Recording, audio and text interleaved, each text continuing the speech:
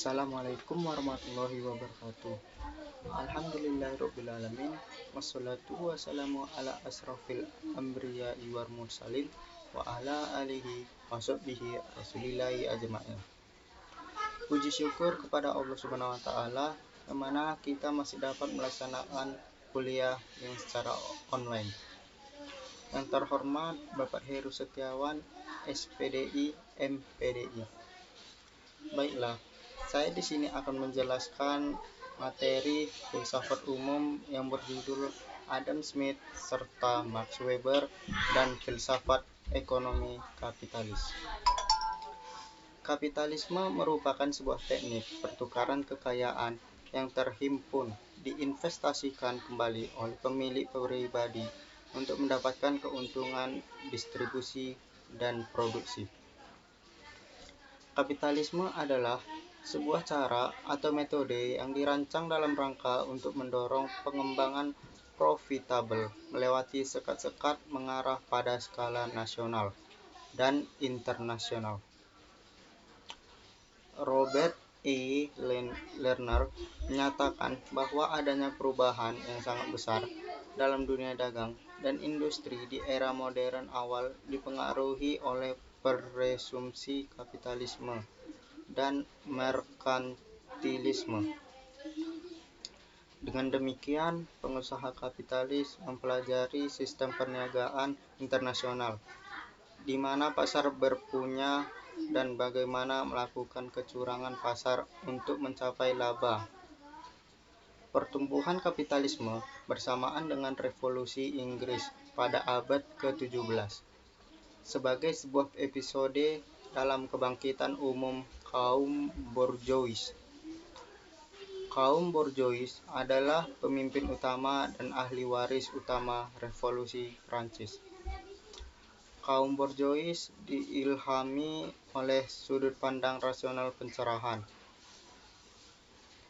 Akhirnya menganggap para bangsawan sebagai rintangan bagi perkembangan dan kemajuan bangsa. Sejarawan Prancis menyimpulkan, sebab utama revolusi adalah kekuatan kaum borjuis mencapai kematangan dan berhadapan dengan kaum bangsawan yang memaksa mempertahankan hak-hak istimewa. Pengertian kapitalisme. Kapitalisme merupakan sebuah kata benda yang disamakan dengan termai atau kapital, yang bermakna dana dan dipahami sebagai alat fabrikasi umpama uang dan tanah. Max Weber mendefinisikan kapitalisme adalah sebuah cara produksi komoditi yang berlandaskan kerja berhonorarium untuk dipasarkan dan sebagai sistem produksi komoditi berdasarkan kerja berupah untuk dijual dan diperjualbelikan dalam rangka mendapatkan laba. Bagi Weber, tanda-tanda konsep kapitalisme yang mendasar ada pada cara-cara pertukaran di area pasar. Metode pasar ini dapat menyebabkan kelogisan yang mengarah pada langkah-langkah untuk mendapatkan laba yang sebanyak-banyaknya. 1. Kapitalisme awal. Periode ini berawal sejak abad 1500 sampai 1750 tahun, yang dibuktikan dengan kehadiran pabrikasi sandang di Inggris. Tetapi perusahaan sandang tersebut belum menggunakan mesin pemintal konvensional dan pada berikutnya mampu beranjak apa yang disebut sebagai surplus sosial. Kapitalisme klasik 1914. Pada periode ini, kapitalisme mengalami perubahan dari monopoli kapital dagang menjadi kapital industri. Yang ketiga, kapitalisme lanjut atau pasca 1914. Pada masa ini, konsep kapitalisme lanjut mulai kuat dan berkembang, tepatnya pada tahun 1914. Kapitalisme fase ini ditandai oleh 3 momentum, Yang pertama, adanya kesadaran bangsa-bangsa Asia dan Afrika terhadap penjajahan Eropa sebagai pintu dari kapitalisme klasik, yang pada akhirnya membuat negara-negara tersebut melakukan perlawanan. Yang kedua, perpindahan penguasaan aset dari Eropa ke Amerika. Yang ketiga, perubahan besar-besaran Bolshevik Rusia, luluh lantahkan institusi fundamental kapitalisme yang berupa kepemilikan modal. Ciri-ciri yang menjadi dasar kapitalisme: yang pertama, keseimbangan. Maksudnya adalah ketersediaan pembaruan antara wewenang politik dan ekonomi, ketersediaan kerjasama yang saling menguntungkan antara dua belah pihak, produsen dan konsumen, serta ketersediaan waktu dan kesempatan yang sama pula. Yang kedua, adil. Mempunyai pengertian bahwa langkah-langkah dalam rangka agar tidak terjadi praktik yang tidak adil terhadap upah buruh, tuan majikan, serta agar tidak terjadi eksploitatif dan lain sebagainya. Yang ketiga, asas pertumbuhan berkesinambungan yang indikasinya terhadap pertumbuhan pendapatan real dan kemajuan teknologi. Yang keempat, adanya prinsip kebebasan. Maksudnya dari dasar prinsip kebebasan di sini adalah berinvestasi dan berkonsumsi serta pembatasan investasi terhadap pihak pemerintah, dan sekaligus mengusahakan sistem politik kekuasaan yang benar-benar membela rakyat menengah ke bawah. Ciri-ciri sistem kapitalisme: yang pertama, memperlakukan independensi perorangan yang tidak ada batasnya dalam rangka untuk mendapat harta perorangan.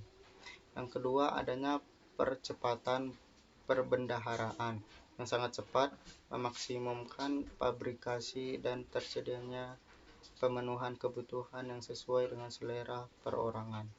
Yang ketiga, adanya perkiraan gagasan perorangan dan telah menjadi syarat supaya bersamaan dengan pengambilan hasil yang terdesentralisasi dalam mekanisme pasar bebas. Yang keempat, adanya pernyataan kepuasan personal dari semua kalangan yang secara otomatis kebutuhan sosial bersama bisa terpenuhi. Yang kelima, tidak percaya terhadap peranan pihak pemerintah dalam hal efisiensi, alokasi, maupun keadilan distribusi. Prinsip-prinsip dasar kapitalisme. 3 asumsi kapitalisme menurut Ayn Rand. Yang pertama, akumulasi kapital. Kapital memiliki banyak penafsiran. L. Bronner telah menelaah lebih detail tentang pengertian yang sebenarnya dari kata kapital. Kedua, dorongan untuk mengkumulasi kapital. Yang ketiga, kelebihan dan kekurangan konsep kapitalisme. Kelebihannya diantaranya: 1. Penemuan-penemuan baru akan terus dilakukan dan hal ini akan meningkatkan kesejahteraan kehidupan manusia. 2. Kerja keras amat dihargai dalam ekonomi kapitalis. 3. Para produsen akan berlomba-lomba dalam menciptakan barang-barang dengan kualitas terbaik. 4. Penguasaan sektor swasta semakin tinggi sehingga kegiatan ekonomi semakin menggiurkan. 5. Adanya inovasi yang terjadi terus-menerus dilakukan demi mendapatkan harga tertinggi. Adapun kekurangan konsep kapitalisme diantaranya: 1. Kapitalisme dapat menimbulkan persaingan tidak sehat. 2. Kapitalisme seringkali menihilkan beberapa akibat dari kegiatan produksinya, salah satunya adalah kerusakan lingkungan. 3. Laba benar-benar terjadi satu tujuan bisnis utama, dan pada akhirnya dengan raksasa bisnisnya bisa mematikan perusahaan kecil yang ada. Yang keempat, para produsen menginginkan produksi yang efisien sehingga orang-orang tidak mampu disingkirkan yang pada akhirnya menjadi pengangguran. Yang kelima, adanya penindasan terhadap UMKM atau usaha mikro, kecil, dan menengah. Kesulitan untuk bersaing dengan industri besar yang pada akhirnya tidak bisa bertahan dalam persaingan itu. Sekian penjelasan dari saya tutup. Assalamualaikum warahmatullahi wabarakatuh.